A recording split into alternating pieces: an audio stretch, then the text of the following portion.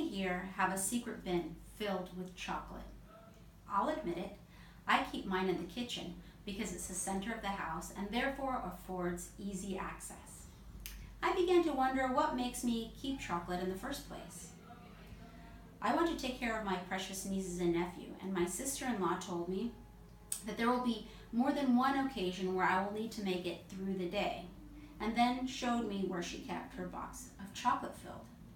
Needless to say, I took her offer to heart and her chocolate concept all the way back to Israel. After questioning my friends if they had a chocolate stash, they admitted to having one also. I was never raised knowing about this lifeline to chocolate. I later found out that my mom had one too. After forgiving my mother for not sharing her chocolates with me, I began to truly think about what makes women keep chocolate around. Not why we love to eat it, that's obvious, but more specifically, when do we find ourselves reaching for those chocolate treats? This is what I came up with. I reach for chocolate when I'm hungry, frustrated, sad, tired, bored, depressed. Can anyone relate? Don't get me wrong, I'm not against chocolate. No, I love those sweet treats. After all, chocolate is a good thing. God created chocolate, and it's chock full of antioxidants. I can't assume everyone likes chocolate either, but we all run to something to fill a need in our lives. Where do you go when you have a need? What do you do when you're lonely or going through a major life change and you feel overwhelmed? For some of us, it's eating. Some of us, it's watching TV or drinking or general busyness. Loneliness for me doesn't make me run to chocolate. I get busy.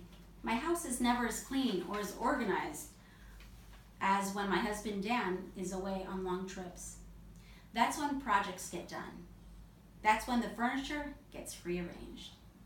1 Peter 5:7 says, "Cast your cares on him, for he cares for you." What if we went to Jesus to meet our needs, instead of running to the chocolate cure or running to other home remedies? God's word is the best resource for all of life's trials. When we're lonely, true companionship will be found when we remember that God says, "I will never leave you. I will never forsake you."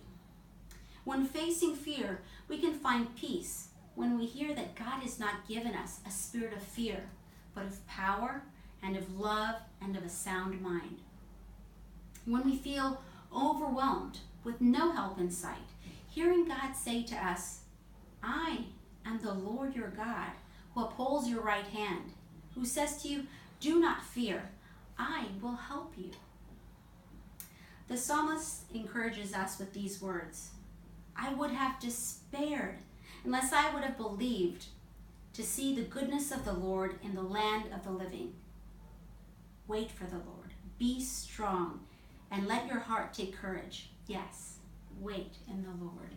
So, enjoy your chocolate sweets as a treat, but go to God to tackle the real issues.